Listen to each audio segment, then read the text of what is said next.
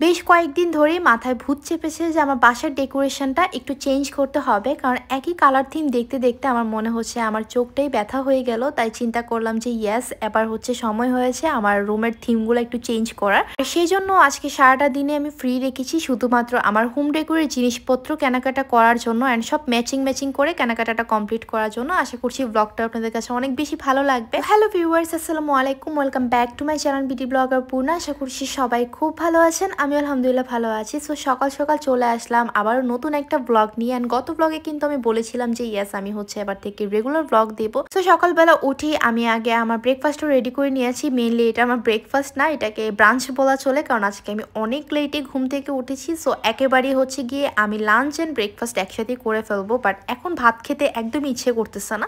আমি যেদিন অনেক লেট করে ঘুম থেকে উঠি ওই দিন আমি ভাতটা একটু স্কিপ করি। এখানে আমি অমলেটের সাথে 2টা পরোটা নিয়ে নিয়েছি। যদি সেটা রেডিমেড ফ্রোজেন পরোটা হয় সেক্ষেত্রে আমি 2টা কমপ্লিট করতে পারি যদি সেটা আমি লাঞ্চে খাই, বাট যদি এটা আম্মুর হাতের পরোটা হয় তাহলে আমার আধাটা কমপ্লিট করতে অবস্থা খারাপ হয়ে যায়। আর আজকে যেহেতু মোটামুটি লেট করে ঘুম থেকে উঠেছি সেজন্য হচ্ছে উঠে আমি আগে শাওয়ারটা নিয়ে নিলাম, কারণ আমার হেয়ার ওয়াশ করতেই হতো আজকে। আর এই তো সারাদিনের 1 কাপ চা, এই চাটা না হলেই না। তো যেহেতু আজকে চাটা খেতে একটু লেট হয়ে গেছে, একদম বড়সড় একটা কাপে অনেক বেশি পরিমাণে আমি চা বানিয়েছি, কারণ আমার তো খেয়ে পুষাতে হবে।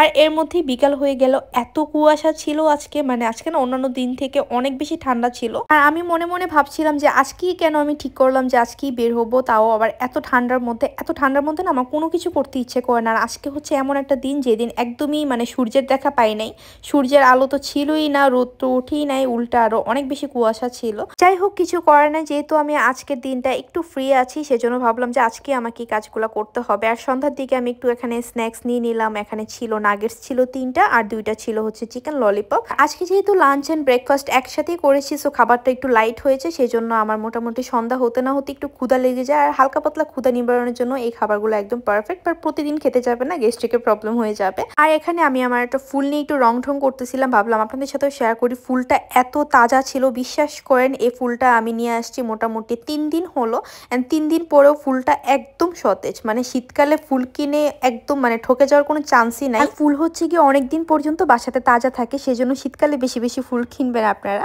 আর এই তো তারপর সন্ধ্যা হতে না হতে আমি বের হয়ে গেলাম। আমার সাথে আজকে আমার একটা ফ্রেন্ডও জয়েন করবে, কারণ আমার প্রথম একটা বিজনেসের কাজ আছে, সেটা হচ্ছে ধানমন্ডি লেকে। এটা হচ্ছে রবীন্দ্র সরোবরে আসছিলাম আমার কাজটা কমপ্লিট করার জন্য। আর রবীন্দ্র সরোবরে এরকম গেটেই দেখলাম ঝিলিমিলি বেলুনের অভাব নাই। আর এই ঝিলিমিলি বেলুন এখন এত বেশি ট্রেন্ডিং এ আছে, রাস্তাঘাটে যেখানেই যাবেন না কেন দেখা পাবেন সেই ঝিলিমিলি বেলুনের সাথে। আমার কাছে মনে হয় যে ঝিলিমিলি বেলুনগুলোর দিকে তাকালে একটা চোখের শান্তি লাগে, একটা মজা লাগে। সো এই মজাটার জন্য বেশ অনেকক্ষণ দাঁড়াইছিলাম এখানে। তারপর মনে হলো সরোবরে যেহেতু আসছি, কাজটা যেহেতু একটু ডিলে হচ্ছে, একটু চা খাই। আজকে ব্লগেই দেখবেন আপনারা যে আমি কয় কাপ চা খেয়েছি। আচ্ছা আপনারা জানাবেন তো আমি কয় কাপ চা খেয়েছি। সম্পূর্ণ ব্লগটা দেখে দেখবো কারা কারা সঠিক উত্তর দিতে পেরেছেন।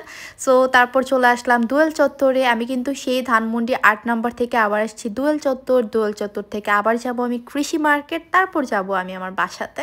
সো দোয়েল চত্বরে আসছি কিছু টুকটা কেনাকাটা করার জন্য। আজকে যে এক্স্যাক্টলি আমি কি কিনবো সেটাই আমি জানি না, বাট এতটুকু আমি শিওর ছিলাম যে আমি কোনো একটা রুমের থিম গ্রিন করব, সেজন্য আমার গ্রিনারি কিছু জিনিসপত্র লাগবে। সো আমি এখানে দেখতেছিলাম। দোয়েল চত্বর আসার পর আমি আধা ঘন্টাও ছিলাম না, মোস্ট প্রবাবলি আধা ঘন্টার মধ্যে আমার একটা ফোন চলে আসে, একটা ইমার্জেন্সি কাজ চলে আসে, যে জন্য আমাকে আবার দৌড়ে কৃষি মার্কেটের দিকে যেতে হয়, মানে মোহাম্মদপুরের দিকে যেতে হয় আর কি। সো এখানে আমি আজকে আর বেশি সময় দিতে পারি নাই, বাট আমার কথা হচ্ছে আমি যেহেতু আসছি টুকটাক তো কিছু কিনে নিয়ে যাবই, পরে আবার এসে টুকটাক কেনাকাটা করা যাবে। সো এখানে অনেক টাইপের জিনিস ছিল। একটা সময় দোয়েল চত্বরের জিনিসপত্রের দাম খুবই কম ছিল, বাট এখন দেখলাম যাই আপনি ধরবেন তাই আগুন আগুন দাম বলে। কিছু করার নাই, যা পছন্দ হয় তা তো নিতেই হবে, শখের দাম লাখ টাকা কথায় আছে না। সো এই জিনিসটা আমার খুব পছন্দ হয়েছিল, বাট এটার যে টপের ডিজাইনটা, টপটা আমার কাছে খুব বেশি একটা পছন্দ হয়নি। সো এখানে দেখতেছিলাম আর খুব তাড়াহুড়া করতেছিলাম আমি, আর তাড়াহুড়ার মধ্যে আমার কেনাকাটা করতে একদমই ভালো লাগে না, সেই জন্য আজকে আমি খুব বেশি কিছু কিনে নেই। এই যে 2টা জিনিস কিনে আমি দোয়েল চত্বর থেকে বের হয়ে গেলাম। আর এত ভিড় ছিল, যেহেতু একদম সন্ধ্যার টাইমটাতে গিয়েছি, আর সন্ধ্যার পর যে কোনো জায়গাতেই মানুষের ভিড় একটু বেশি থাকে। আর এখানে আমি ফ্রিজে লাগানোর জন্য কয়েকটা ম্যাগনেটের টুকটাক কিছু দেখতেছিলাম, বাট এগুলোর দামও অনেক বেশি ছিল, তাও আমি বেশ কয়েকটা নিয়ে আসছি। যদিও আমার ফ্রিজে বেশ কয়েকটা ম্যাগনেট দেয়া আছে, বাট তাও আমি চিন্তা করলাম যে আরও কয়েকটা কিনি। সো সামনের এই কয়েকটা স্টলে আমি একটা জিনিস খোঁজ করতেছিলাম, যেটা আমি পাই নাই। পরে আর বেশিক্ষণ ওয়েট করি না, যেহেতু আমার কাজ আছে, তাই আমি দৌড়ে চলে আসলাম আবার কৃষি মার্কেটে। মানে দৌড়ে চলে আসি নাই, গাড়িতেই আসছি। মানে এত তাড়াহুড়াতেই আসছি যে আমার দোয়েল চত্বর থেকে কৃষি মার্কেট আসতে মাত্র 15 মিনিট না জানি 20 মিনিটের মতো সময় লেগেছে। সো বুঝতে পারতেছেন কতটা তাড়াহুড়া করেছি আমি। আর যেহেতু বাইক ছিল সাথে সে কারণে খুব বেশি একটা প্যারা হয় নাই। তো কৃষি মার্কেটে এসে আমি আমার কাজটা শেষ করলাম, পরে মনে হলো একটু বেশি হেক্টিক হয়ে গেল, এখন একটু শান্তি দরকার। তাই শান্তি পাওয়ার জন্য আমি চলে গেলাম টোকিও স্কোয়ারের সামনে এই মামার কাছে। এই মামার ভেলপুরি পানিপুরি অনেক বেশি মজা। সো আমি একটা পানিপুরি খেলাম, তারপর এই যে আবারও আরেক কাপ চা। আপনারা কিন্তু কাউন্ট করতে থাকেন কয় কাপ চা খাচ্ছি আমি সারাদিনে। সো এখন হচ্ছে গিয়ে মজা করে চাটা খাবো, অ্যান্ড চাটা খেয়ে আমি আমার বাকি সব টুকটাক কেনাকাটাগুলো করব।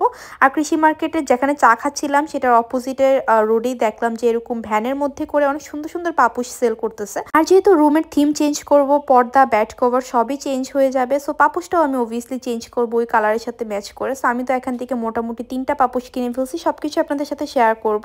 আর এগুলো প্রাইস রেঞ্জটাও বলে দিই, আপনারা মোটামুটি 300 টাকা থেকে এখানে হচ্ছে পাপুস পাবেন। আমি যেগুলো কিনেছি সেগুলো 300, 350, 400, মানে 3টার প্রাইসই এরকম ছিল। একটার দাম 300, একটা 350, একটা 400। যেদিন হোমটা ডেকোর করব নতুন করে সেদিন সবকিছু প্রাইস শো আপনাদের সাথে আমি শেয়ার করে দিব, যা যা কিনেছি। আজকের ব্লগে মনে হচ্ছে না শেয়ার করতে পারবো, আদারওয়াইজ ব্লগটা অনেক বড় হয়ে যাবে। আর যেহেতু অনেক কেনাকাটা করে ফেলছি, হাতে অনেক ব্যাগ টেক ছিল, আর বাসাতে গিয়ে রান্না বান্নার তেমন প্যারা নিতে পারবো না, সেই জন্য ভাবলাম যে আমি ডিনারটাও এখান থেকে করে যাই। সো মোহাম্মদপুরে থাকলে ডিনার আমার অল দ্য টাইম শকত তেহারিতেই করা হয়, যদি আমার তেহারি ক্রেভিং থাকে তো। আর এই যে দেখেন আমার সাথে কতগুলো পোটলা পাটলি ছিল। এখানে সিঙ্গাপুর জুস বারের সামনে আমার খুবই পছন্দের একটা দাদুর চা পাওয়া যায়, মানে দোকানটার নামই দাদুর চা। সেখান থেকে আমি আজকে সারাদিনের লাস্ট কাপ চাটা খেলাম। এবার আপনারা কাউন্ট করে জানাবেন যে আমি সারাদিনে কয় কাপ চা খেয়েছি, ঠিক আছে? এটা একটা গুগলি থাকলো আপনাদের জন্য। আর বাসাতে আসার পর মানে এটা অনেক রাতের বেলার ভিডিও, আমি হচ্ছে এখানে একটু পপকর্ন ভেজেছিলাম, কারণ মুভি দেখতেছিলাম, মুভি টাইমে তো পপকর্ন না হলে হয়ই না। অ্যান্ড পপকর্নটা খুবই মজা ছিল। আর এই রান্নাবান্নার ভিডিওটা হচ্ছে আর পরের দিনে, ভাবলাম যে এই ভিডিওটাতে আমি রান্নাটা শেয়ার করে দিই। আর নেক্সট ব্লগে আমি হয়তো বাণিজ্য মেলার ব্লগ আপনাদের সাথে শেয়ার করবো ইনশাল্লাহ। আর এই রান্নাটা আমি ফর দ্য ফার্স্ট টাইম করেছি, সেজন্য ভাবলাম যেটা স্মৃতি হিসেবে থাক, আমি জীবনের প্রথম পালং শাক রান্না কিভাবে করেছিলাম।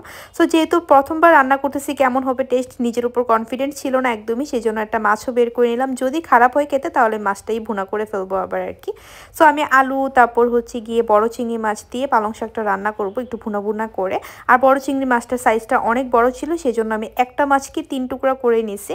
তো এরকম করে বেশ কয়েকটা মাছ দিয়ে এখন আমি পালং শাকটা রান্না করব। বাট যেহেতু প্রথমবার রান্না করেছি, অনেক বেশি কুক করে ফেলছি, দ্যাটস ওয়াই পালং শাকের কালারটা ওইরকম হয় নাই। ট্রাস্ট মি, রান্নাটা খুবই খুবই মজা হয়েছিল। আমি তো 2 দিন লাগাই এই একটা তরকারি খাইছি, এত বেশি মজা লাগছে আমার কাছে। আর আমার যেহেতু শাকসবজি বেশি পছন্দ, সো আমার কাছে তো এটা মজা লাগবেই। সো এই ছিল আমার আজকের ছোট্ট ব্লগটা। আর দেখেন এটা হচ্ছে আর পরের দিনে, ফুলটা স্টিল কত মানে সতেজ। 4-5 দিন হয়ে গেল, বাট মনে হচ্ছে আমি মাত্রই কিনে নিয়ে আসলাম, এত সতেজ ছিল। আর এটার হচ্ছে পাতাটা আমি আনফরচুনেটলি একটা পাতা ছিঁড়ে ফেলছি, মানে আমার ইচ্ছা করে ছিঁড়ে নেই আর কি, আমি এবার হঠাৎ করে ছিঁড়ে গেছে, বাট তাও এটা অনেক সুন্দর লাগতেছিল। সো ফুলের শুভেচ্ছা জানাতে জানাতে আজকে ব্লগটা শেষ করে দিলাম। সো আজকের হোল ব্লগটা আপনাদের কাছে কেমন লেগেছে অবশ্যই কমেন্ট করে জানাবেন, অ্যান্ড নেক্সট ব্লগ দেখার জন্য ওয়েট করতে থাকেন। আজকের মতো এখানেই বিদায় নিচ্ছি, আল্লাহ হাফেজ।